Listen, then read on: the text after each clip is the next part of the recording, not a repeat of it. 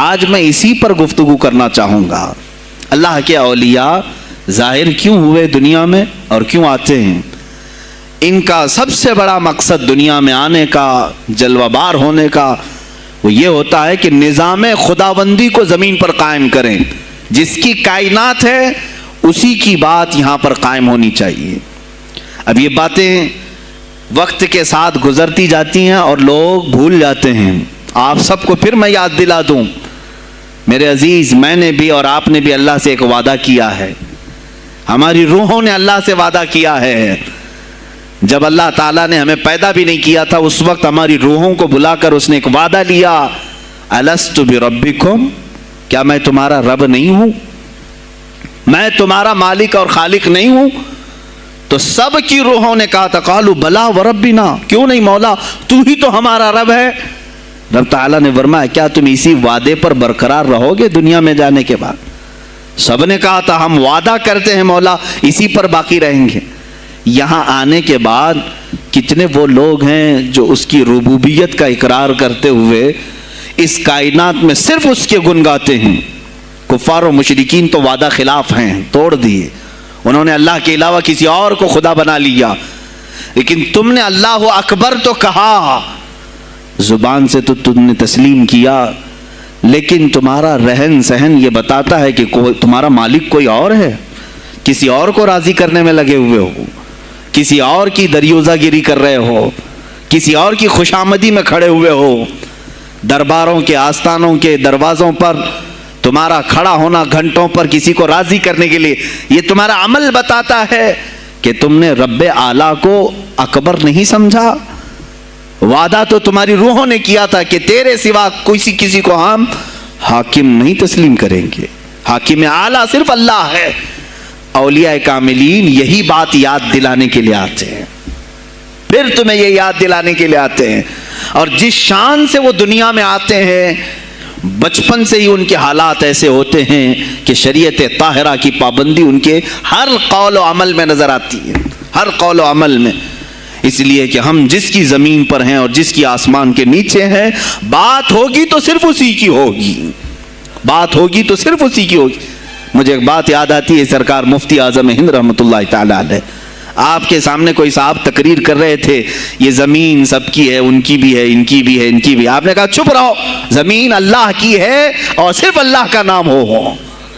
یہ سب کی ہمت نہیں بولنے کی، زمین اللہ کی ہے اور اللہ ہی کا، یہاں پر اللہ ہی کی بولی بولی جائے، اسی کے لیے زیب دیتا ہے۔ جس کے گھر میں رہ رہے ہو اسی کی بات کرو۔ عزیزان گرامی وقار، سرکار بغداد، ان کی کرامات اپنی جگہ پر، لیکن ان کی زندگی کے کچھ اہم گوشے میں لے کر آج حاضر ہوں۔ آج ہمارے حالات کے اعتبار سے بھی ضرورت ہے اس کی۔ جب آپ پروان چڑھتے رہے اپنی ماں کی گود میں، بہت جلدی آپ کے والد گرامی کا انتقال ہو گیا۔ آپ سے خود پوچھا گیا تھا غوث پاک سے، آپ کی جوانی میں یا جب آپ کا شہرہ بغداد میں بہت ہو گیا تب پوچھا گیا تھا آپ کو اپنے ولی ہونے کا احساس کب ہوا؟ غوث پاک سے ہی پوچھا گیا تھا آپ کو کب پتہ چلا اللہ نے آپ کو ولایت کا یہ مقام عطا کیا؟ آپ فرماتے ہیں جب میں 10 سال کا تھا، مدرسے جاتا تھا تو غیب سے ایک آواز آتی تھی، افصحوا فی المجالس لولی اللہ، غیب سے آواز آتی تھی اے لوگوں مجلس میں جگہ چھوڑ دو، اللہ کا ولی آ رہا ہے۔ یہ آواز صرف میں نہیں، میرے استاد بھی سنتے، وہاں بیٹھے شاگرد بھی سنتے، اور سب کھڑے ہوتے تھے، جگہ دیتے تھے۔ غوث پاک فرماتے ہیں جب ہر بار مجھے یہ آواز آنے لگی تب مجھے احساس ہوا کہ اللہ تعالیٰ نے مجھے ولایت کا تاج پہنایا ہے۔ پھر آپ کو لہو و لعب میں، کھیل کود میں نہیں رکھا گیا۔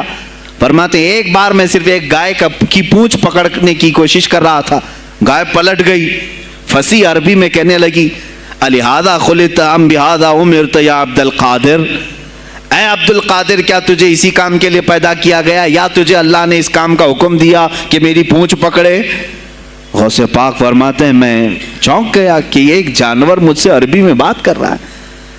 اور اس کے بعد وہ گائے خود کہنے لگی اے عبد القادر تجھے اللہ نے اپنی مخلوق کے لیے بنایا ہے، اپنے بندوں کو راہ راست پر لانے کے لیے، غوث پاک فرماتے ہیں اس کے بعد زندگی میں کبھی کھیل کود کی خواہش بھی نہیں آئی، کھیل کود کی خواہش بھی نہیں آئی، کبھی تصور بھی نہیں کیا۔ اور جب آپ جیلان سے نکل کر بغداد آئے، بغداد کے جو حالات تھے وہ آپ نے بہت قریب سے مشاہدہ کیا۔ میرے عزیزو، آج کے جو حالات ہیں نا، آج کے جو حالات میں نے پڑھا، اس سے بھی زیادہ ڈینجر حالات اس زمانے کے تھے۔ آج لوگ حالات کی شکایت کرتے ہیں، بہت سارے علماء مولانا ہم سے یہ کہتے ہیں حالات اب صحیح نہیں ہیں، ویسے نہیں ہے پہلے۔ میں تمہیں غوث پاک کے حالات بتاتا ہوں، اس وقت سیاسی حالات کیا تھے۔ اس وقت سیاسی حالات اتنے خطرناک ہو چکے تھے، بغداد میں شیعوں نے اپنا گڑھ جمایا تھا، یہاں تک کہ ہر عالم پر، ہر واعظ پر، ہر امام مسجد پر پابندی تھی۔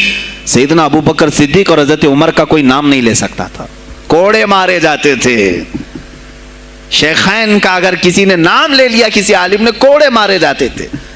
خلیفہ واثق باللہ تک یہ تاریخ چلی بغداد میں، اور سلطنتیں ٹوٹ چکی تھیں۔ سیاسی حالات اس قدر خراب ہو چکے تھے، چھوٹی چھوٹی ٹکڑیوں میں بٹ چکے تھے مسلمان۔ مصر کی طرف دیکھیں تو فاطمی حکومت قائم ہو گئی تھی، وہ اپنے آپ کو فاطمی کہہ رہے تھے۔ بغداد میں عباسی خاندان حکومت کر رہا تھا، اور وہ بھی سمٹ کر کے صرف بغداد کے اطراف رہ گئی بس۔ پھر ترکی کی طرف دیکھیں تو سلجوقی خاندان تھا، ایک ایک ٹکڑا حکومت کر رہا تھا، اور یہی آپس میں دست بگریباں تھے، ایک دوسرے سے لڑ رہے تھے۔ اور پھر پلس اس پر ایسا کہ بازنطینی جو عیسائی تھے، صلیبی تھے، ان سلطنتوں کو آپس میں لڑا کر کے اس قدر شدت پیدا کر چکے تھے کہ بغداد والا مصر نہیں جا سکے، مصر والا ترکی نہ آ سکے۔ پھر ادھر بخارا، سمرقند، نیشاپور، یہ جو رشیا میں ہیں آج، ازبکستان وغیرہ میں، یہاں الگ ایک سلطنت قائم تھی، اور ہند میں الگ کفرستان تھا۔ سب جگہ الگ الگ حالات تھے، اور مسلمانوں کے لیے اس زمانے میں ایسے حالات ہو گئے جیسے لاک ڈاؤن ابھی کا سیم۔ میں آپ کو بتا دوں سچویشن، لاک ڈاؤن میں کیا ہوا تھا معلوم ہے؟ یہ ہمارے طلبہ دیکھیں 8 مہینے سے بیٹھے ہوئے ہیں، مدارس میں نہیں گئے، حفظ قرآن کر رہے تھے، عالم دین بن رہے تھے، مدرسے بند ہیں نا، گھروں میں بیٹھے کچھ تو آوارہ گردی کر رہے ہیں۔ اسی طرح کالج کے بچے بھی، اسکول کے بچے بھی، سب چھوٹے ہوئے ہیں لاک ڈاؤن کی وجہ سے۔ سیم یہی سچویشن اس زمانے میں ہوئی۔ بغداد علمی مرکز تھا، کوفہ اور بصرہ علم کے مرکز تھے۔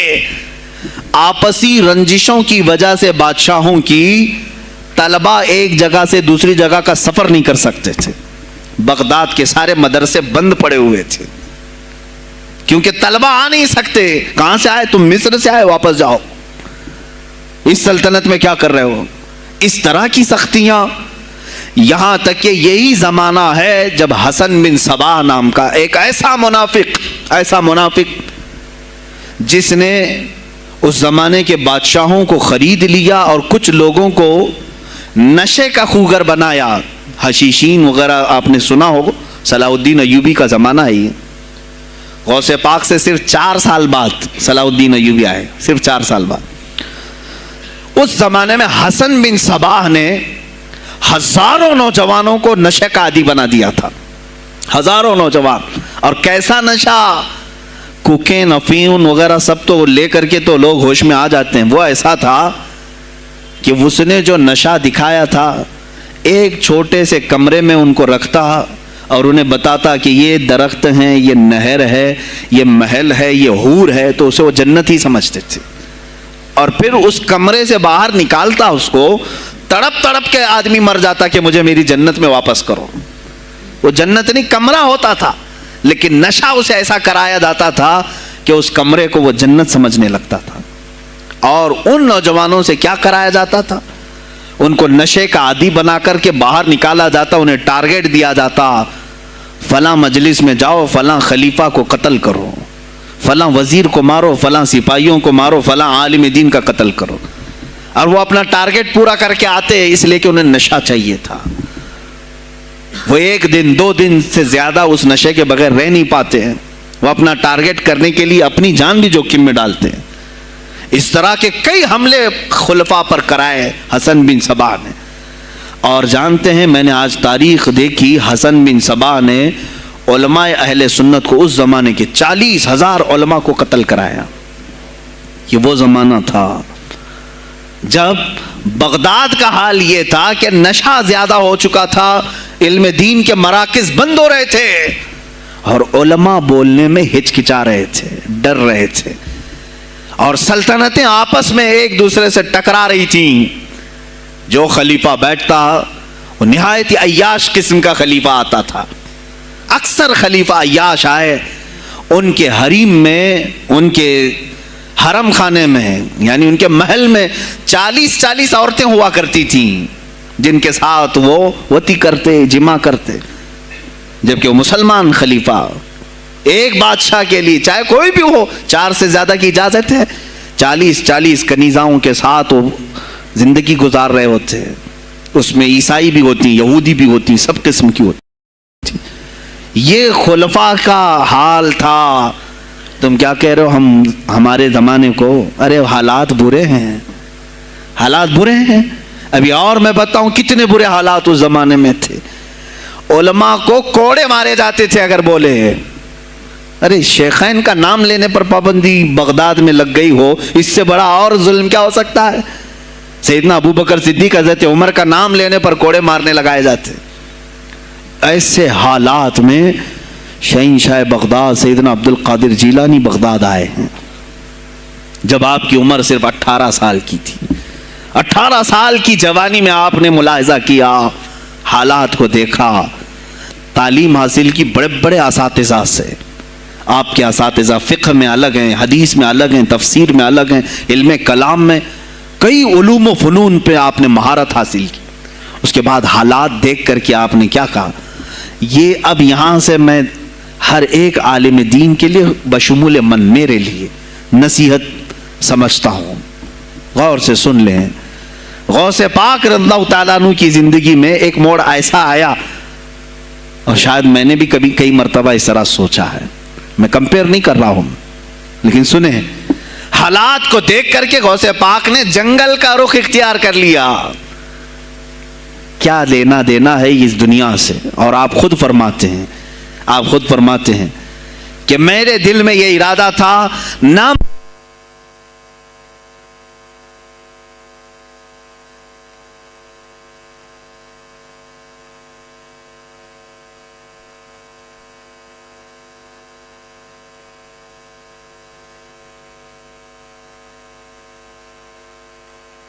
ہیں, میرا ارادہ ہوا جنگل میں ایسی جگہ رہوں کہ نہ مجھے مخلوق دیکھے اور نہ میں مخلوق کو دیکھوں, عبادت میں ایسے مصروف ہو جاؤں. جنگلوں میں آپ عبادت کرتے رہے, لیکن فرماتے ہیں مجھے غیب سے آواز آئی اللہ رب العزت کی طرف سے, کہا اے بندے قادر, آپ کا نام ہی عبد القادر ہے, اے قادر کے بندے تجھے اللہ نے جنگلوں کے لیے نہیں بنایا, امت مصطفیٰ کی رہنمائی کر, خلق خدا تجھ سے نفع حاصل کرے, واپس آ جا. غوث پاک فرماتے ہیں میرا ارادہ تو تھا کہ میں اپنی زندگی اللہ کی یاد میں فنا کر دوں, لیکن میں شہر صرف اس لیے واپس آیا کہ جنگل میں صرف میری اصلاح ہو سکتی ہے, شہر میں پوری امت کی اصلاح ہو سکتی ہے. علماء کے لیے یہی آج نصیحت ہے. تم چاہے تو گدی نشین بن جاؤ, سجادہ نشین بن جاؤ, جھولی نشین بن جاؤ, جنگل نشین بن جاؤ. ہو سکتا ہے تمہارے اپنے فائدے کے لیے تم سوچ سکتے ہو. میں نے ابھی یہ کہا میرے دل میں ارادہ تھا کہ گوشہ نشین ہو کر کے اپنی عبادت کریں, اپنی آخرت کی فکر کریں. نہیں, علماء کو اللہ تعالیٰ نے علم عطا کیا ہے امت مصطفیٰ کی رہنمائی کے لیے. یہ امانت ہے, چاہیں تو بھی چھپ نہ سکیں. عزیزان گرامی وقار, غوث پاک رضی اللہ تعالیٰ عنہ واپس بغداد آئے. اچھا وہ اتنی عبادتوں کے عرصے میں جانتے ہیں کہاں کہاں کا سفر نہیں کیا انہوں نے؟ جنگلوں کا سفر, صحراؤں کا سفر, بیابانوں کا سفر, یہاں تک کہ سری لنکا کی سرزمین تک پہنچے, ملتان تک آئے. یہ تاریخ کی کتابیں بتاتی ہیں آپ نے پیدل یہ سارے سفر کیے. پھر واپس اسی بغداد آئے جہاں کے حالات بڑے ہی کشیدہ تھے، اور خلفائے وقت کے خلاف زبان کھولنا یہ آگ سے کھیلنے کے برابر تھا، آگ سے کھیلنے کے برابر تھا۔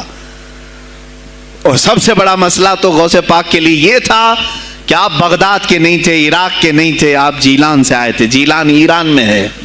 اس زمانے میں طبرستان ایک صوبہ تھا، طبرستان کا ایک شہر جیلان تھا۔ جیلان سے آئے ہوئے تھے بغداد میں، آپ کی زبان فارسی تھی۔ فارسی زبان کا ایک طالب علم بغداد میں آیا ہے، اور بغداد پورا عربیوں کا ہے، فصیح عربی بولنے والے لوگ، اور نہایت ہی عیاشی میں پڑے، ان کی اصلاح کیسے کریں۔ دل میں بار بار یہ احساس ہوتا۔ غوث پاک فرماتے میری زبان فارسی تھی اور ان کی زبان عربی ہے، میں ان سے خطاب کیسے کروں، ان کو اصلاح کے راستے پر کیسے لاؤں۔ بار بار سوچتے تھے، لیکن دل میں ایک درد ہوتا تھا کہ امت مصطفیٰ کو اس حال میں میں نہیں چھوڑنا چاہتا۔ ایک دن ایک مسجد میں غمگین حالت میں سوئے، ظہر کا وقت تھا، نماز پڑھ کر کے آپ آرام کر رہے ہیں، اور جیسی آنکھ بند ہوئی سرور کائنات صلی اللہ علیہ وسلم تشریف لائے۔ پوچھا عبد القادر کیوں غمگین ہے میرے بیٹے؟ کہا کہ یا رسول اللہ صلی اللہ علیہ وسلم زبان میری اجمی ہے، فارسی، میں عربیوں کے بیچ بیٹھا ہوں، اصلاح کرنے کی کوشش کرتا ہوں، لیکن مجھے یہ اجمی سمجھیں گے۔ اللہ کے نبی صلی اللہ علیہ وسلم نے فرمایا تو اپنا منہ کھول۔ آپ نے منہ کھولا، حضور پاک نے اپنا لعاب پاک ڈالا، دوسری بار ڈالا، تیسری بار ڈالا، چوتھی بار ڈالا، پانچویں، چھٹی، 7 مرتبہ حضور پاک نے اپنا لعاب پاک دیا اور کہا عبد القادر اب اٹھ اور بیان کر۔ فرماتے ہیں خواب میں نے حضور اکرم صلی اللہ علیہ وسلم کا لعاب پاک لیا، تھوڑی ہی دیر گزری تھی، میرے خواب میں ہی میرے جد کریم مولا کائنات علی مرتضیٰ تشریف لائے۔ کہا پھر وہی سوال کیا عبد القادر کیوں نہیں بیان کرتے؟ کہا میں فارسی النسل، فارسی ہوں اور عربیوں کے بیچ میں ہوں۔ انہوں نے کہا تو اپنا منہ کھول۔ باب العلم، باب مدینۃ العلم، علی کرم اللہ وجہہ الکریم اپنا لعاب پاک ڈالتے ہیں، 1 بار، 2 بار، 3 بار، 4 بار، 5 بار، 6 بار، بس کیا۔ غوث پاک نے کہا نانا جان نے مجھے 7 مرتبہ پلایا، آپ نے 6 مرتبہ۔ علی کرم اللہ وجہ الکریم فرماتے ہیں میں برابری تو نہیں کر سکتا، وہ رسول کائنات ہیں۔ عزیزان گرامی وقار، غوث پاک فرماتے ہیں پھر میری آنکھ کھلی، اور اسی جامع مسجد میں جب میں کھڑا ہوا اور خطاب کے لیے لوگوں کو پکارا تو دیکھا ادھر سے بھی مخلوق آ رہی ہے، ادھر سے بھی آ رہی ہے، سامنے سے بھی آ رہی ہے۔ مجمع اتنا کثیر کہ تل دھرنے کی جگہ مسجد میں نہیں تھی، اور جب آپ کا خطاب ختم ہونے کو تھا لوگ اپنے کپڑے پھاڑنے لگے اور بے ہوش ہونے لگے۔ اتنی تیر بہدف کلمات تھے کہ سیدھے سینے میں پیوست ہو جاتے، دلوں میں اتر جاتے۔ اس کے بعد وہی دن تھا سیدنا عبد القادر جیلانی کو لوگوں نے ہاتھوں ہاتھ اٹھایا۔ بغداد میں شہرہ ہو گیا کہ کوئی ایک اجمی آیا ہے اور عربیوں پر فوقیت لے گیا ہے، سارے عربی اس کے سامنے دنگ رہ گئے ہیں، کوئی عربی اس کی فصاحت کو نہیں پہنچ پاتا ہے۔ کئی لوگ امتحان کے لیے بھی آئے، ایسا نہیں ہے کہ غوث پاک کو یوں ہی چھوڑ دیا گیا۔ میرے عزیز تم تو 1000 سال کے بعد کرامتیں سنتے ہو نا، یہی لگتا ہے کہ غوث پاک بہت کرامتوں کے مالک تھے، بہت بڑے عالم اور بڑے ولی کامل تھے، کچھ نہیں ہوا ہوگا ان کے ساتھ۔ ہمارے سے زیادہ خطرے انہوں نے مولے ہیں، ہم سے زیادہ حاسدین ان کے تھے، دشمنی کرنے والے اپنوں میں بھی بہت سارے تھے۔ غوث پاک رضی اللہ تعالیٰ عنہ کا جب خطاب شروع ہوا، کیا ایک خطیب جب مشہور ہونے لگے تو دوسرے مولوی خاموش رہ جائیں گے؟ حسد کی چنگاری بھڑکتی ہے، وہ غوث پاک کے خلاف بھی بھڑکی۔ اور بغداد میں جب یہ شورا ہونے لگا تو کئی علماء اس وقت کے جو بڑے بڑے پائے کے عالم ہیں، ان کی کتابیں آج بھی موجود ہیں، میں نام تذکرے نہیں کر رہا، لیکن انہوں نے ٹیسٹ لینے کی غرض سے، امتحان لینے کی غرض سے کئی لوگوں کو سوالات بھیجے۔ ایک دن مجلس میں ایسا تھا کہ غوث پاک تفسیر قرآن بیان کرتے تھے، تفسیر قرآن بیان کرنا غوث پاک کا محبوب مشغلہ تھا، روزانہ قرآن کی تفسیر عرض کرتے۔ ایک دن مجلس میں بڑے بڑے علماء کی جماعت جس میں عبدالرحمن جوزی جیسے بڑے فقیہ محدث ہیں، ان کی ایک جماعت آئی، قرآن کی جو آیت کی تفسیر وہ کر رہے تھے اس تفسیر کو کئی کتابوں سے انہوں نے اخذ کیا اور لے کر کے آئے، مجمع میں بیٹھے ہیں، غوث پاک نے تفسیر شروع کی۔ ایک آیت کی کتنی تفسیریں ہو سکتی ہیں، کتنی تفسیریں ہو سکتی ہیں، ایک تفسیر بیان کیا، اس کے بعد کہا اس آیت کی ایک دوسری تفسیر یہ ہے، پھر تھوڑی دیر کے بعد غوث پاک نے فرمایا اس کی ایک تیسری تفسیر یہ ہے، پھر کہا اس کی ایک چوتھی تفسیر یہ ہے، پھر کہا اس کی ایک پانچویں تفسیر یہ ہے، بیان کرتے جا رہے ہیں یہاں تک کہ 13 تفسیریں ہو گئیں۔ جو بیٹھے ہوئے تھے وہ آشش کرنے لگے۔ اس کے بعد اتنا ہی نہیں، آگے بڑھتے رہے، آگے بڑھتے گئے، 40 تفسیریں ایک آیت کی آپ نے بیان کی۔ جو آئے تھے وہ کھڑے ہو گئے اور اس کے بعد غوث پاک رضی اللہ تعالیٰ عنہ کو دیکھنے لگے۔ غوث پاک نے ان کو مخاطب کر کے کہا، اے گروہ علماء، اے جماعت علماء، تم 13 تفسیریں یاد کر کے آئے تھے ایک آیت کی، کیا وہ میں نے شروع سے 13 تک صحیح بیان کیا؟ سب اپنے جبے اٹھانے لگے، کہا ہم تو یہ 13 تفسیریں پڑھ کر آئے تھے یہ سوچ کر کے کہ شیخ عبد القادر جیلانی کو 2-3 سے زیادہ تفسیریں نہیں آتی ہوں گی، 13 کے بعد آپ تو 40 تک پہنچے، وہاں تو ہمارا بھی علم نہیں پہنچا۔ جماعت علماء دنگ رہ گئے اور اس کے بعد توبہ بھی کیا، کہا ہمارے دلوں میں بدگمانی آ گئی تھی، ہم توبہ کرتے ہیں۔ غوث پاک رضی اللہ تعالیٰ عنہ ایک اور مجمع ایسا ہے کہ اس میں 40 کے قریب علماء ہے، سوالات الگ لے کر کے پھنسائیں گے کسی طرح سے ان کو، ڈیفیکلٹ سوالات لے کر کے۔ ایک بات یاد رکھنا، مشکات شریف کی حدیث ہے، جس نے علم اس لیے حاصل کیا کہ کسی عالم کو نیچا دکھا دوں، اسے پھنسا دوں سوال کر کے، حضور فرماتے ہیں قیامت کے دن اسے آگ کی بیڑیاں پہنائی جائیں گی، اس کی زبان کو آگ کی کینچی سے کھینچا جائے گا۔ اس لیے علم حاصل مت کرو، کسی کو نیچا دکھانا، کسی کو بیوقوف بنانا۔ ایک کتاب کہیں سے پڑھ کر کے آئے، مولانا کے پیچھے پڑ گئے، یہ بتاؤ صحیح ہے کہ نہیں ہے۔ پھر اگر اس مولانا صاحب کی دماغ میں اس وقت وہ مسئلہ نہیں تھا، انہوں نے کہا نہیں معلوم، تو آپ کو لگا کہ ہاں میرے سے زیادہ تو ان کو بھی نہیں معلوم، تم نے تو ایک ہی چیز حل کر کے ان کے سامنے پیش کی ہے۔ عزیزان گرامی، اس طرح کی چیزیں ہرگز نہ کریں، یہ بہت بڑا گناہ ہے مغالطے میں ڈالنا۔ غوث پاک رضی اللہ تعالیٰ عنہ ایک جماعت سے خطاب کر رہے ہیں، 40 علماء آئے، الگ سوالات نوٹ کر کے، میں یہ پوچھوں گا، تم یہ پوچھنا، تم یہ پوچھنا۔ غوث پاک رضی اللہ تعالیٰ عنہ نے اپنا خطاب کیا اور سوالات کے لیے اس دن محفل کا وقت ہی نہیں دیا، کہا آج سوالات کوئی نہیں کرے گا۔ وہ لوگ تو سوالات لے کر کے آئے تھے، سب مجمع میں خطاب کے بعد جس کو جو پوچھنا ہے آپ کہتے ہیں کہ پوچھ لو، اس دن کا کوئی نہیں پوچھے گا، آؤ صرف مصافحہ کر کے جاؤ، آؤ صرف مصافحہ کر کے جاؤ۔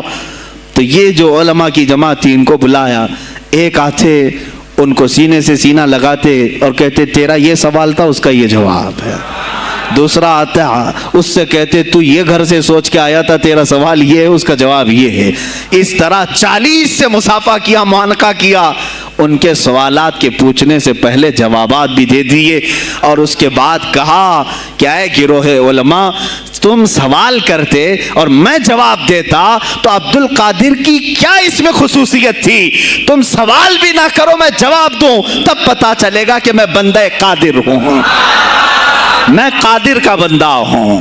تم نے سوال بھی نہیں کیا اور میں جواب دوں تو تمہیں احساس ہوگا کہ میں قادر کا بندہ ہوں۔ اللہ رب العزت کا کی صفاتی نام ہے۔ عزیزان گرامی وقار، علماء نے تنگ کیا، پریشان کیا، آپ کے مجموعوں کو روکنے کی کوشش کی، لیکن ایسا نہیں ہے کہ غوث پاک نے ہر ایک کو اپنی کرامت سے زیر کر دیا ہو، ان علماء کو پورا سلا دیا ہو، نہیں، فیس کیا ہے، مقابلہ کیا ہے، پریشانیاں اٹھائی ہیں، اور خلفاء کے وقت کے سلاطین کی بھی بہت ساری ایسی سختیاں تھی جس کو آپ نے برداشت کیا۔ کئی لوگوں نے آپ پر پابندیاں لگانے کی کوشش کی تھی، یہ تو سرکار غوث پاک کی استقامت تھی کہ آپ جمے رہے۔ اور سب سے بڑا کام آپ کا کیا تھا معلوم ہے؟ خانقاہ کے گدی نشینوں غور سے سنو، جو غوث پاک کا نام لیتے ہیں، سرکار غوث پاک رضی اللہ تعالیٰ عنہ کی اس صفت کو میں بیان کروں تو یہ بغلیں جھانکیں گے ابھی، غوث پاک نے سب سے بڑا کردار کیا کیا جانتے ہیں آپ؟ لوگ کہتے ہیں خانقاہی ماحول قائم کرنا ہے، اللہ اللہ کرو، تسبیح لو، دلوں کی صفائی کرو، سب صحیح ہے، لیکن غوث پاک نے تقریباً 25 سال صرف جہاد پر بیان کیا ہے، صرف جہاد پر. کہا کہ اے گروہ مسلمین، تم پر اللہ نے ذلت مسلط کر دی ہے اس لیے کہ تم نے کوششیں ترک کر دی ہیں، حکومتوں کو صحیح کرنے کے لیے آپ نے باغ ڈور سنبھال لی تھی. غوث پاک جب بیان کرتے ممبر سے تو وقت کا جو تخت تھا وہ بھی ہلنے لگ جاتا تھا. خلیفہ مستنجد باللہ اس زمانے کا خلیفہ ہے اور تنگ آ گیا غوث پاک کے پاس. جب وہ بیان کرتے اور ان کی عیاشیاں کھول کھول کر کے ذکر کرتے تو لوگوں میں اب احساس جاگنے لگا، کوئی تو اللہ والا آیا ہے جو نظام خداوندی قائم کرنے کی بات کر رہا ہے، نظام مصطفیٰ قائم کرنے کی بات کر رہا ہے. بغداد کی یہ حالات جب ہونے لگے میرے عزیزو، سلطان الاولیاء غوث پاک کی ہی شہ پر جانتے ہیں صلاح الدین ایوبی جیسا ایک مرد مجاہد پیدا ہوا ہے. یہ آپ کی تحریک تھی، غوث پاک کی تحریک تھی کہ جب بازنطینی عیسائیوں سے آپ نے اپنی پوری امت کو آگاہ کیا کہ تم سو رہے ہو، تم اپنی عیاشیوں میں ہو، تم اپنے نشے میں ہو، تمہارا دشمن تاک میں لگا ہے، گھات لگا کر کے بیٹھا ہے. اور ہوا بھی یہی کہ غوث پاک کے وصال کے صرف 10 سال بعد صلیبیوں نے حملہ شروع کر دیا بغداد پر، مصر پر، ترکی پر، ہر جگہ. اور یہی حملے کی وجہ تھی صلاح الدین ایوبی جیسا مرد مجاہد کھڑا ہوا اور پھر انہوں نے پورے بیت المقدس کو فتح کر کے اپنے سر ایک صحرا باندھا. آج تک امت اس کے احسان کو یاد کرتی ہے.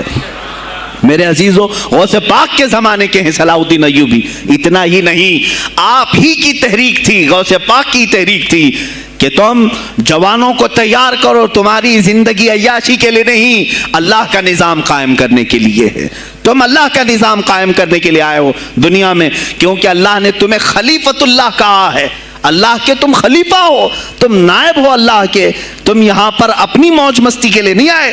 اب اس زمین پر بات ہوگی تو صرف میرے مولا کی ہوگی، اس زمین پر بات ہوگی میرے مصطفیٰ کی ہوگی. یہ سیدنا عبد القادر جیلانی کا اعلان تھا. ہے کوئی آج پیران اعظام وہ اعلان کریں کہ آج اس زمین پر صرف ہم ناموس رسالت کی بات کریں گے؟ کون ہے؟ کیوں بیٹھے ہو؟ غوث پاک سے اگر تمہاری ادنا سی نسبت ہے تو پھر تمہیں اپنے جوانوں کو، اپنے مریدوں کو یہ سکھانا ہوگا کہ موٹے موٹے نذرانے دینے سے نہیں چلے گا، اپنی گردنیں حضور کو پیش کرنے کے لیے تیار کرو. تم تیار ہو جاؤ اپنا خون اور اپنی گردن بارگاہ مصطفیٰ میں دینے کے لیے. یہ آج تربیت دو، ورنہ پھر دشمن تمہیں کچا چبانے کے لیے تیار ہے، کچا چبانے کے لیے تیار. عزیزان گرامی، میں غوث پاک کی تحریک آپ کو بتا دوں کون سی تحریک تھی. وہ صلاح الدین ایوبی جو بیت المقدس فتح کیا، یہ غوث پاک کی تحریک ہے. اور پھر چند سالوں کے بعد پورے عالم اسلام میں جو خلافت عثمانیہ قائم ہوئی، غازی ارطغرل جو آئے، یہ تحریک بھی غوث اعظم کی پیدا کی ہوئی تھی. آپ نے جوانوں کو متحرک کیا تھا اور پھر امت کا وہ شعور بیدار کیا تھا جو ان میں مردہ کر چکے تھے کچھ حکومت کے کارندے. میں سمجھتا ہوں اس وقت جتنے خلفاء بیٹھے ہوئے تھے خلافتوں پر، تخت پر، جو نام کے مسلمان تھے، یا اس کو ہماری زبان میں سمجھ لیں سب کانگریس کے تھے، جو منافق تھے، یعنی دکھتے تھے بس لیکن اندر سے سب نفاق ہوتا تھا، نفاق ہوتا تھا. ہاں میں صاف کہوں گا، بغداد میں بھی کانگریس کا خلیفہ رہا ہوگا، مصر میں بھی اور ترکی میں بھی اور نیشاپور میں بھی، اس لیے کہ مسلمانوں کے خون چوس کر کے تخت پر بیٹھ تو جاتے لیکن پوری زندگی گزر جاتی، میرے مصطفیٰ کا نام تک نہیں لیتے تھے. ان کو بٹھاتے تھے مسلمان. آج آپ بھی تو یہی کر رہے ہیں، یہی کر رہے ہیں. ہم اپنا اپنا سمجھ کر کے جن کو اوپر تک بٹھاتے ہیں، پوری زندگی چھان مار کر کے دیکھ لو کب یہ نظام قرآن کی کبھی بات کیا ہے؟ کبھی میرے مصطفیٰ پر آنے والی آنچ کے لیے کھڑا ہوا ہے؟ کوئی نہیں کھڑا ہونے والا ہے. ان کے سفید کرتے اور ان کے سفید پاجامے سب کفن بن کر رہ جائیں گے اور کچھ بھی نہیں ہوگا. عزیزان گرامی وقار، آپ کو سرکار بغداد رضی اللہ تعالیٰ عنہ کی تحریک میں بتاؤں. ترکی سے نکلنے والی خلافت عثمانیہ یہ غوث اعظم کی پیدا کی ہوئی تحریک تھی۔ اتنا ہی نہیں، آپ کے آخری زمانے میں سرکار خواجہ غریب نواز معین الدین چشتی رضی اللہ تعالیٰ عنہ کی ملاقات بغداد میں ہوئی۔ معین الدین اجمیری رضی اللہ تعالیٰ عنہ کی ملاقات ہوئی۔ تاریخ دان نے لکھا، آج میں نے پہلی مرتبہ اس کو پڑھا اور آپ کے سامنے پہلی بار بتا رہا ہوں، سرکار بغداد اور حضرت خواجہ غریب نواز کی ملاقات کے بارے میں بہت سارے باتیں چلتی ہیں کتابوں میں بھی، میں نے اپنے مرشد سے بھی پوچھا تھا۔ بہرحال ایک تاریخی ایک کتاب سے مجھے آج یہ بات ملی کہ سلطان الاولیاء غوث پاک نے حضرت خواجہ غریب نواز کو کیا وصیت کی تھی، کیا کہہ کر کے بھیجا تھا۔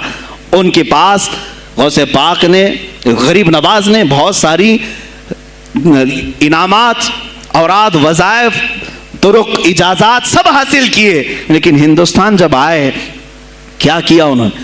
یہ بھی بتایا گیا کہ غوث پاک کی یہ تحریک تھی۔ کیا؟ سلطان الہند سرکار غریب نواز نے شہاب الدین غوری کو بلا کر کے ہندوستان میں پرچم اسلام لہرانے کا حکم دیا تھا۔ یہ تحریک بھی سرکار غریب نواز نے لائی تھی بغداد کے ولی کامل سے۔ تم کیا سمجھتے ہو یہ اولیاء خالی مسلح لے کر کے گھومتے تھے؟ یا اولیاء اکرام صرف گدی نشین تھے؟ نہیں میرے عزیزو، یہ حکومت وقت کو آنکھ میں آنکھیں ڈال کر بات کرتے تھے اور پھر نظام مصطفیٰ کی بات للکار کر کے کرتے تھے۔ آج کے زمانے میں کچھ لوگوں نے اولیاء کو ایسا پیش کیا ہے جیسے وہ درویش ہے، بس جنگل میں رہتے تھے اور کچھ نہیں۔ نہیں میرے عزیزو، وہ اللہ کے شیر تھے، اللہ کے شیر تھے۔ اسی لیے تو اقبال نے کہا ہے اللہ کے شیروں کو آتی نہیں روبائی۔ وہ کبھی لومڑی پن کا انہوں نے اپنے آپ میں اظہار ہی نہیں کیا کہ نہیں یہ بھی چلے گا وہ بھی چلے گا، کبھی نہیں۔ وہ گرجتے تھے اپنے تخت پر، اپنی خانقاہوں پر۔ دیکھیں خلیفہ مستنجد باللہ، ابو المظفر اس کو کہتے ہیں، بغداد کا وہ خلیفہ، عباسی خلیفہ، بڑا طاقتور، اور اسی کے زمانے میں غوث پاک ہیں۔ ایک فارس سے آنے والے اجمی عبد القادر، شیخ عبد القادر، جب بغداد کی جامع مسجد میں بیان کر رہے ہوں، در و دیوار ہل رہے ہیں۔ وہ اپنے خلافت کے دربار میں بیٹھا ہے خلیفہ، اچانک بہت زور کی آواز آئی، پورے محل میں گونج گئی۔ پوچھا یہ آواز کیسی بغداد میں؟ لوگوں نے معلوم کر کے بتایا کہ شیخ عبد القادر جیلانی نے چھینک ماری، ان کے مریدوں نے صرف جواب دیا ہے۔ ان کو چھینک آئی تھی، جواب میں لوگوں نے یرحمک اللہ کہا، وہ خلیفہ وقت کے محل تک پہنچ گئی آواز۔ تو اس نے کہا یہ تو پورا ہلا دینے کی بات ہے۔ ایک بات یاد رکھو میرے عزیزو، آواز ہو سکتا ہے تمہاری مسجد سے باہر جائے نہ جائے، تمہاری آواز کا دار و مدار تمہارے گلے پر نہیں ہے۔ ایک بار تم پکارو گے، پہنچانا میرے مولا کا کام ہے۔ اب ہماری آواز کہاں کہاں تک پہنچتی ہے، کس کے ٹائر پھٹتے ہیں، یہ سب بات کی بات ہے۔ تم پکار کر کے تو دیکھو، اللہ رب العزت کے نام پر۔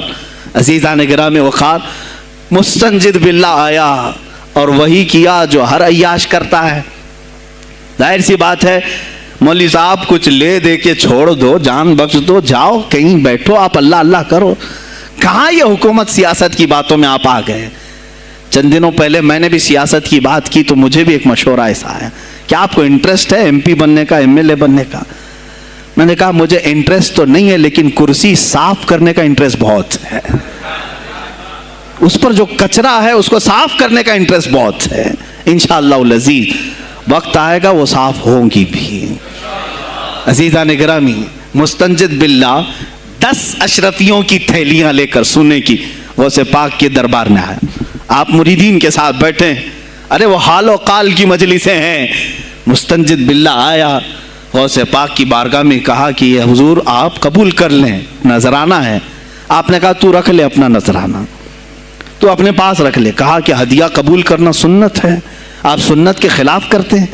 غوث پاک نے کہا اللہ ایک تھیلی لیا اور اپنے بغل میں دبا کر کے اس کو نچوڑنا شروع کیا تو اس سے خون ٹپکنا لگا۔ خون اتنا ٹپکنے لگا تو حاضرین مجلس دم بخود رہ گئے، خلیفہ مستنجد باللہ بھی دیکھ رہا تھا۔ غوث پاک نے فرمایا ابھی تو یہ ایک تھیلی ہے، میں 10 کو نچوڑوں گا تو یہ خون تیرے دربار تک پہنچ جائے گا، تیرے دربار تک پہنچ جائے گا۔ تو مجھے وہ اشرفیاں دینے آیا ہے جو تو نے غریبوں کے مال کو چوس کر کے حاصل کیا؟ تو مجھے خریدنے کے لیے آیا ہے؟ اگر مجھے تیرے خاندان کی حرمت کا خیال نہ ہوتا تو میں آج پورے بغداد کی نالیوں میں اسی کا خون بہاتا۔ خلیفہ مستنجد باللہ بے ہوش ہو گیا، اور اس کے بعد جب ہوش آیا اس نے توبہ کیا اور آپ کے ہاتھ پر بیعت بھی کیا۔ اب اس کے بعد وہ خلیفہ ایسا پاک ہوا، نظر غوث جو پڑھی۔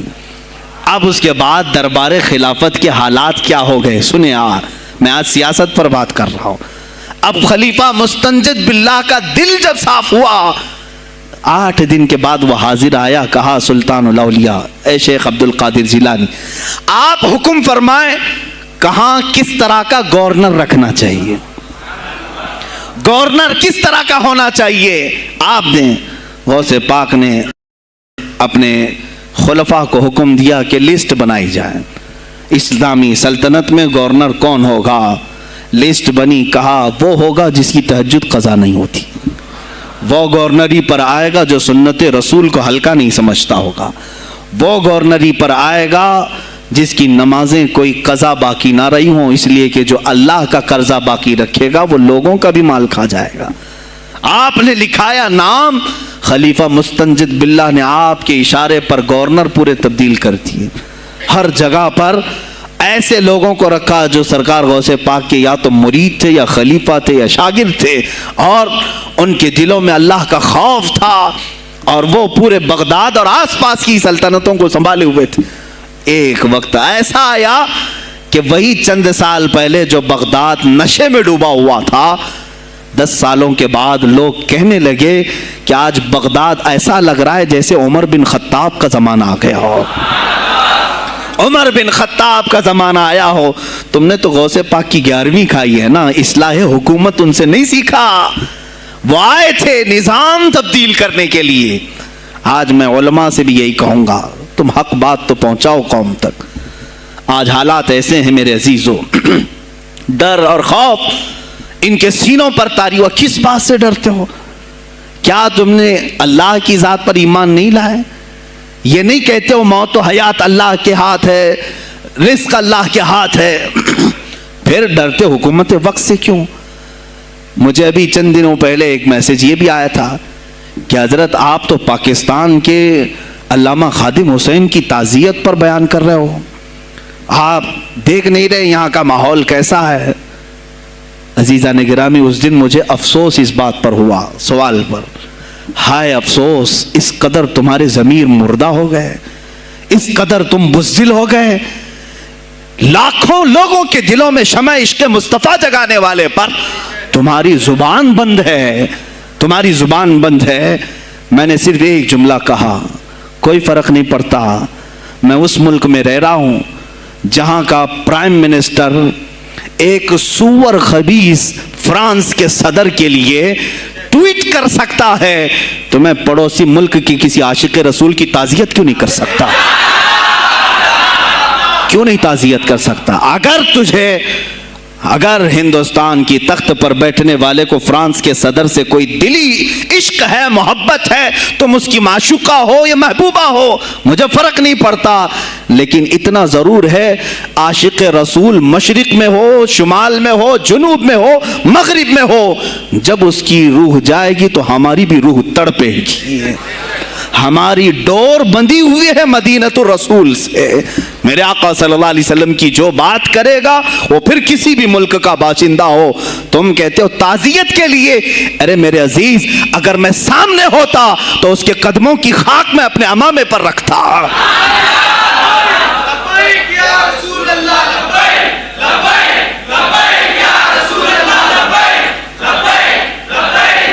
عزیزان گرامی وقار، یہ بہت خاموشی ہم نے اختیار کی، بہت خاموشی، کوئی بات نہیں۔ تم دیکھو گے حالات خراب ہونے کی جو شکایات آج کر رہے ہیں علماء، تم سب کے سب جاؤ گے۔ مجھے ابھی بچوں نے بتایا کوئی کانگریس کے لیڈر کا انتقال ہو گیا تو پیر صاحب تعزیت کے لیے باہر کھڑے ہو گئے، باہر آ گئے، ہم ان کی تعزیت کرتے ہیں۔ ڈوب مرو چلو بھر پانی میں، تمہاری گدی پہ ہی مر جاؤ، تمہاری زبانوں پر جب عاشق رسول کے لیے تعزیت کے الفاظ آنے میں ہچکچاہٹ آتی ہے، کون سا عشق رسول، کون سا کلمہ تم نے پڑھا ہے؟ غوث پاک کی اگر تمہارے اندر ذرا برابر بھی نسبت ہے تو میں کہوں گا میرے عزیزو، سلطان الاولیاء غوث پاک عاشق رسول ہی نہیں، فنا فی الرسول تھے۔ میرے نبی کی بات پر اگر کوئی انگلی بھی اٹھاتا، آپ یا تو اپنی کرامت سے اس کا منہ توڑ جواب دے دیتے۔ کسی عیسائی نے صرف یہ کہا تھا میرے نبی عیسیٰ افضل ہے، وہ مردوں کو زندہ کرتے تھے، آپ کو جلال آیا، کہا محمد افضل نہیں ہے اس لیے کہ وہ مردے زندہ نہیں کرتے تھے، آپ اس کا ہاتھ پکڑ کر قبرستان لے گئے، میرے نبی پر بات کرتا ہے، میں تجھے زندہ کر کے دکھاتا ہوں۔ اپنی کرامت سے مردے کو زندہ کر کے دکھایا۔ اب بول کون افضل ہے، عیسیٰ افضل ہے کہ میں افضل ہوں؟ تو نے تو عیسیٰ علیہ السلام کو مردے زندہ کرتے دیکھا تو نہیں، لیکن عبد القادر کو سامنے دیکھا۔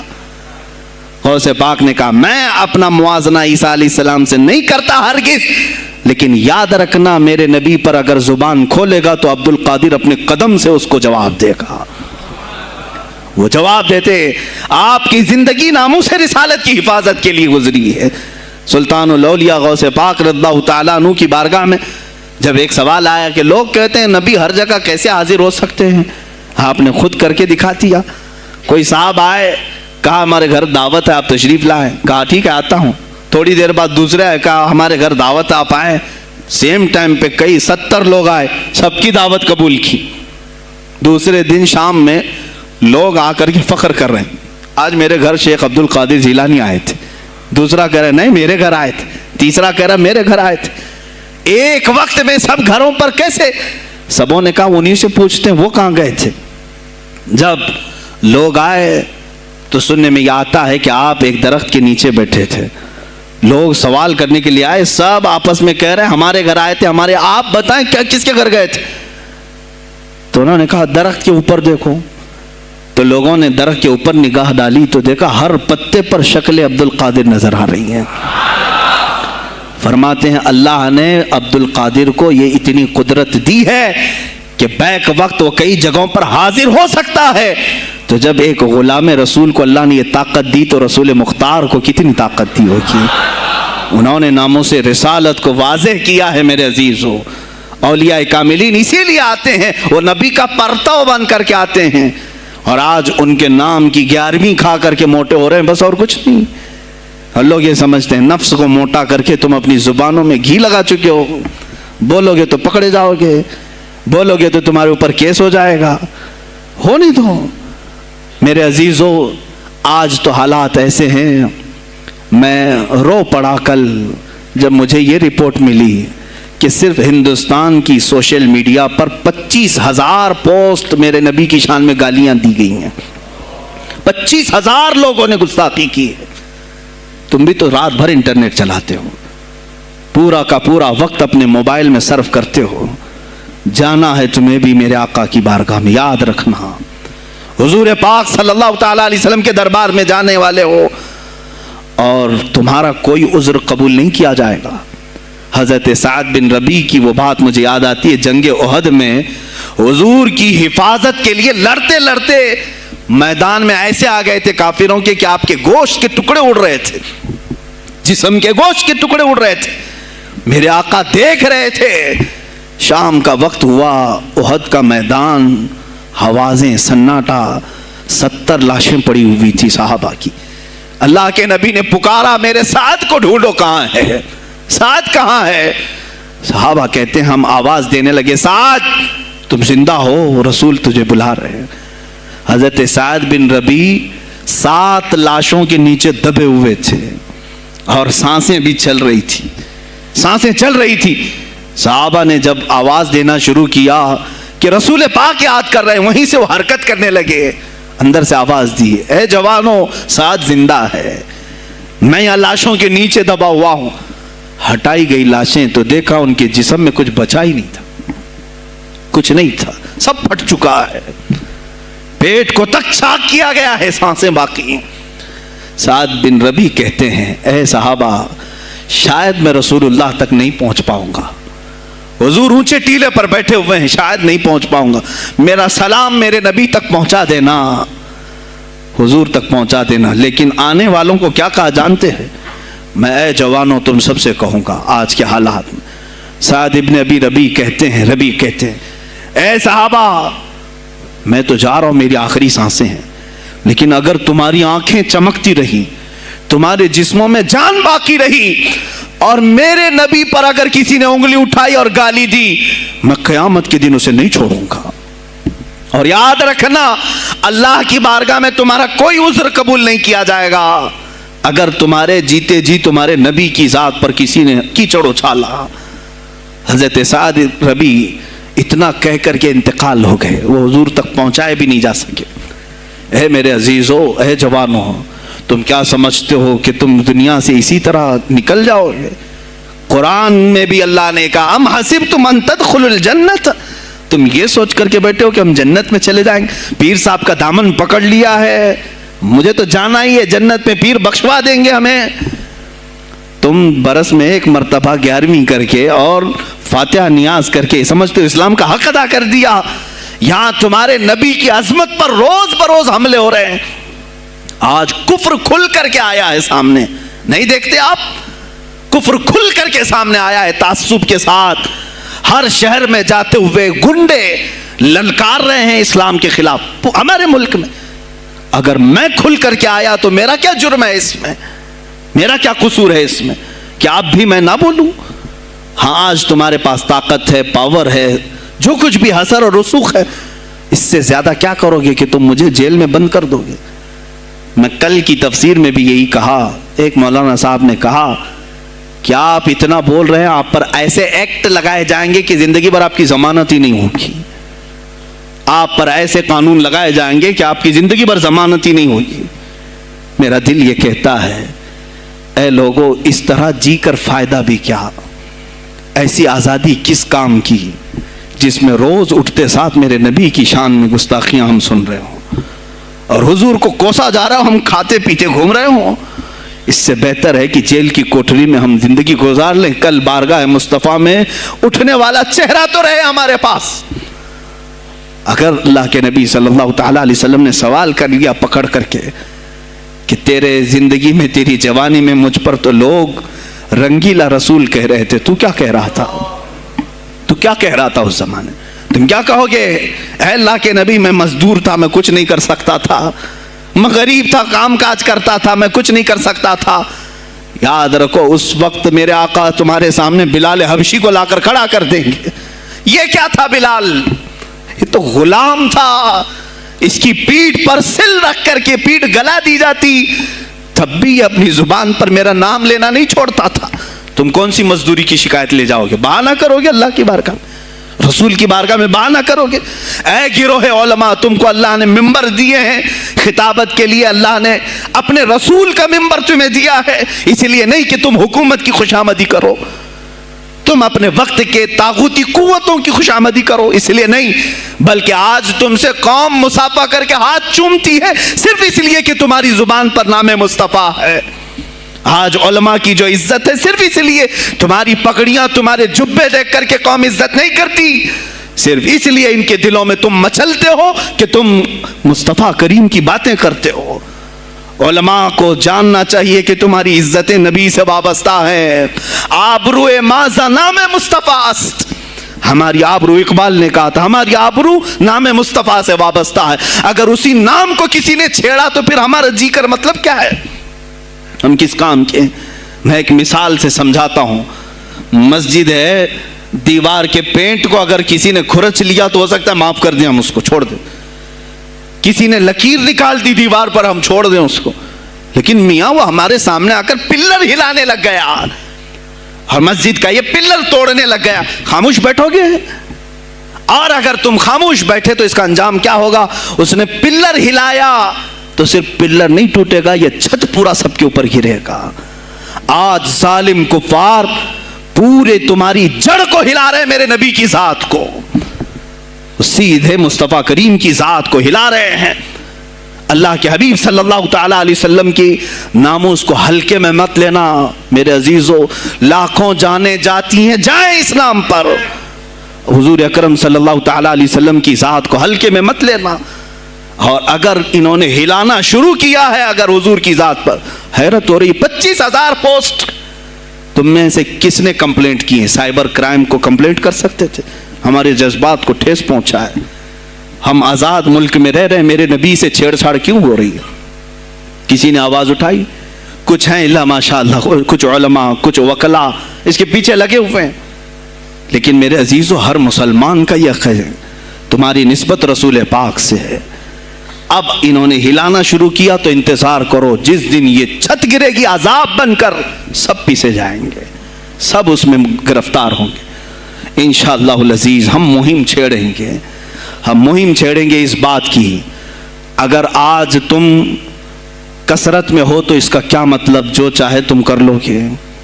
ہم اتنے گئے گزرے تو نہیں ہیں کہ ہمارے نبی کے اوپر بھی تم چلے جاؤ۔ ہاں ہمیں رون دیا، ہمیں مار دیا، ہمیں قتل کر دیا، سب برداشت کر لیا، لیکن اب اس سے آگے نہیں برداشت کریں گے انشاءاللہ العزیز۔ میں آواز دیتا ہوں اسی منبر سے، اے گروہ علماء، اے جماعت صوفیہ، اے خانقاہ کے گدی نشینوں، باہر آؤ، حکومت وقت سے ایک مطالبہ یہ کرو، اے حکومت وقت کے تخت پر بیٹھنے والوں، ہمارے ہند میں پارلیمنٹ میں بھی ایسا قانون پاس کرو کہ کوئی میرے نبی کی ذات پر بھونکے تو اسے موت کی سزا ہو جائے۔ ہم یہ چاہتے ہیں، اگر اس قانون کو تمہیں لانے میں کچھ زندگیوں کی ضرورت ہے تو یہ فقیر حاضر ہے اور میرے ساتھ بھی کچھ تمہارے لیے حاضر ہوئیں گے، لے لو ہماری جانیں اور ایک قانون ایسا بنا دو تاکہ قیامت تک پھر یہاں پر کوئی نہ بھونکے میرے نبی کی ذات پر۔ تم قانون صرف میرے نبی کے لیے نہیں، تم اپنے دیوی دیوتاؤں کے لیے بناؤ، شانتی سے رہو۔ ہم نے کبھی تمہارے خلاف بھونکا نہیں ہے، ہم نے کبھی دیوی دیوتاؤں کو چھیڑا نہیں ہے، اس لیے کہ اسلام اس کی اجازت نہیں دیتا، ہم گالی نہیں دیتے، ہم اسلام کی حقانیت سے بیان کرتے ہیں، لیکن خاموش رہنے کی یہ سزا ہمیں دی جا رہی ہے کہ ہمیں گالیاں دیتے دیتے یہ اب ہمارے نبی تک پہنچ گئے، ہماری ماں عائشہ صدیقہ تک پہنچ گئے، اور ہمارے تمام اکابرین اسلاف تک پہنچ گئے، اور 25 کروڑ کی تعداد میں خاموشی یہ اچھی نہیں ہے میرے عزیزو، اچھی نہیں ہے۔ آج افسوس اسی بات کا ہے جن کو اللہ تعالیٰ نے اپنے نبی کی نیابت عطا کی ہے، وہ نائب رسول ہیں یا کسی خانقاہ کے گدے نشین ہیں، تم یہ مت سمجھ لینا کہ تمہارے آبا و اجداد کمال کے تھے، بزرگان دین تھے، تم چھوٹے جاؤ گے، نہیں، سوال تو ہوگا، تمہیں سوال ہوگا، مجھ سے بھی ہوگا، میں یہ نہیں کہہ رہا ہوں کہ میں کوئی الگ ہوں، سوال ہوگا۔ آؤ سر جوڑ کر کے ہم اس سلسلے میں کوشش کریں۔ غوث پاک رضی اللہ تعالیٰ عنہ کا یہی میسج تھا، ہندوستان میں شہاب الدین غوری نے جو پرچم اسلام لہرایا وہ آج تک اس کی دین ہے کہ مسلمان زندہ ہیں، یہاں مسلمان باقی ہیں۔ پوری دنیا میں نظام کو صحیح کرنے کے لیے آواز اٹھانا یہ بھی اولیاء کاملین کی بات ہے، ان کی صفات ہیں۔ صرف اپنی خانقاہ میں اللہ اللہ اور ذکر کرانا ہی ان کا کام نہیں تھا، وہ دلوں کو تو دھلتے ہی تھے، لیکن جو نظام سنبھال رہا ہوتا اس کی باغ ڈور کو بھی دھلتے تھے، اس کی بھی صفائی کرتے تھے۔ تو اللہ کا ڈر رکھنے والا کرسیوں پر آئے، جو کسی کا خون چوسنے والا نہ آئے۔ عزیزان گرامی وقار، اپنے سیاسی شعور کو بھی بیدار کرو، سیاست کو سمجھو، تم کب تک استعمال ہوتے رہو گے؟ اب اس میں علماء کو بھی آنا چاہیے کہ ان کے سیاسی شعور کو بیدار کرے۔ تمہارے ساتھ آج جو کھیل کھیلا جا رہا ہے، تم ہر ایک کی جے وجے کرتے ہوئے ہر پارٹی کے پیچھے جاتے ہو، تم نے آج تک اپنا قائد نہیں ڈھونڈا، اپنا قائد نہیں ڈھونڈا۔ اور ان کو دیکھو، وہ کہتے ہیں کہ اگر پیٹرول 200 لیٹر بھی ہو جائے تو ہمارے قائد تو یہی ہیں، اس لیے کہ ہمارا ہم مذہب ہے، وہ ہمارے مذہب کی بات کرتا ہے۔ تمہارا کون ہے میرے عزیز؟ تم کسی پر متفق نہیں ہوتے، اور جو تمہارے لیڈر ہیں وہ کسی اور کے پلو میں چھپے ہوئے ہیں، ہاں کسی اور کی گود میں بیٹھے ہوئے ہیں، جا کر کے یہ سارے مسلمانوں کو کسی اور کے ہاں بیچ کر کے آتے ہیں۔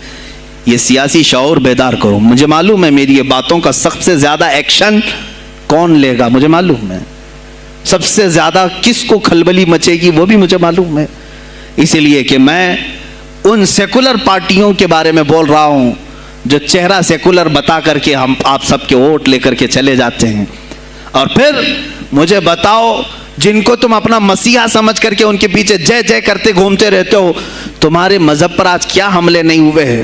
کیا نہیں ہوئے؟ کشمیر آج تک جل رہا ہے. کہاں یہ کانگریس کیوں نہیں بات کرتی ہے جو پورے مسلمانوں کی مسیحا ہے؟ کہاں ہے وہ سماجوادی, وہ بی ایس پی, فلاں فلاں فلاں جو پارٹیاں جن میں سب مسلمان جاتے ہیں؟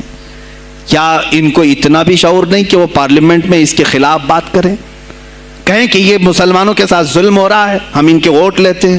نہیں بات کریں گے. یہ صرف اور صرف تمہیں استعمال کرتے ہیں, اور انہیں معلوم بھی ہے ہم نے ان سب کو خریدا ہے. ان کے لیڈروں کے منہ میں اپنی زبان رکھی ہوئی, یہ کوئی بولے گا نہیں, انہیں معلوم ہے. تمہیں یہ اندازہ نہیں میرے عزیزو. آج میں بولوں تو لوگوں کو تکلیف ہوگی. کشمیر کے ایسے حالات ہیں, رو رہے ہیں وہاں پر. ایک مولانا ہیں, مسجد کے امام ہیں, انہوں نے کہا, باضابطہ حلفیہ کہا نوجوان میرے پاس نماز کے لیے آتا تھا, اس نے یہ کہا کہ حضرت کیا سوسائڈ کرنے کی اجازت ہے؟ کہا کیوں؟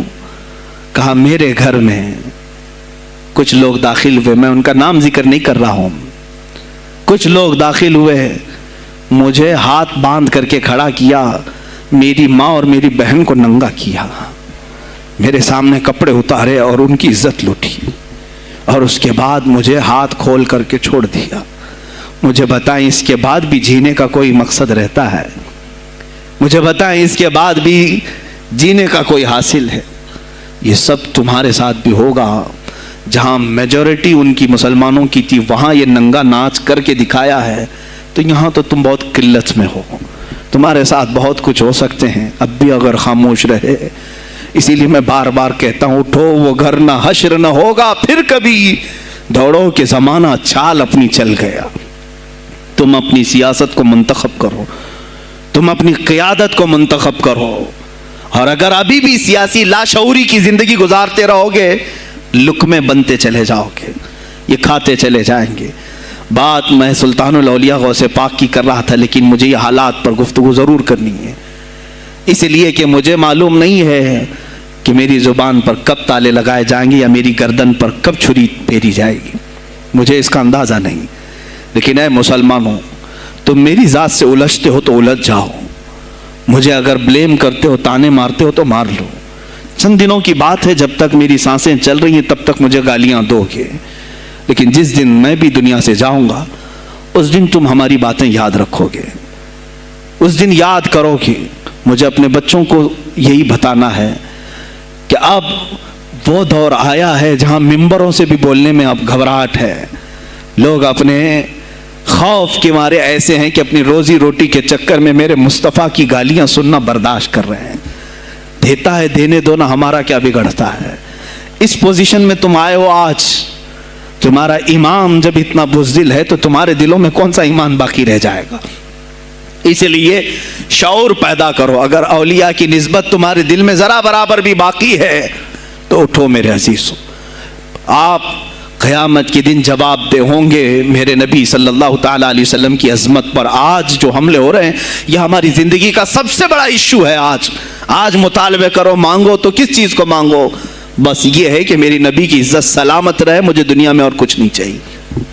اتنا مطالبہ تو کر سکتے ہو, اتنا مطالبہ کرو, اور پھر دیکھو میرے مصطفیٰ کی طرف سے انعام کیا ملے گا, اللہ کی طرف سے انعام کیا ملے گا.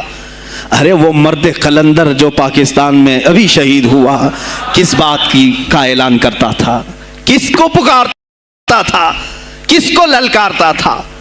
صرف یہی تو بات کرتا تھا کہ تاجدار ختم نبوت, اور میدان میں معذوری کے ساتھ بھی آ کر کہتا تھا لبیک یا رسول اللہ, اے اللہ کے رسول میں حاضر ہوں, میں حاضر ہوں, اپنی جان لے کر آیا ہوں. اور تم یاد رکھنا تمہاری ٹانگیں تو سلامت ہے, کل بروز قیامت ہو سکتا ہے تمہارا سامنا اس خادم حسین سے ہو, تمہاری ٹانگیں دیکھ کر کے پوچھی جائیں گی.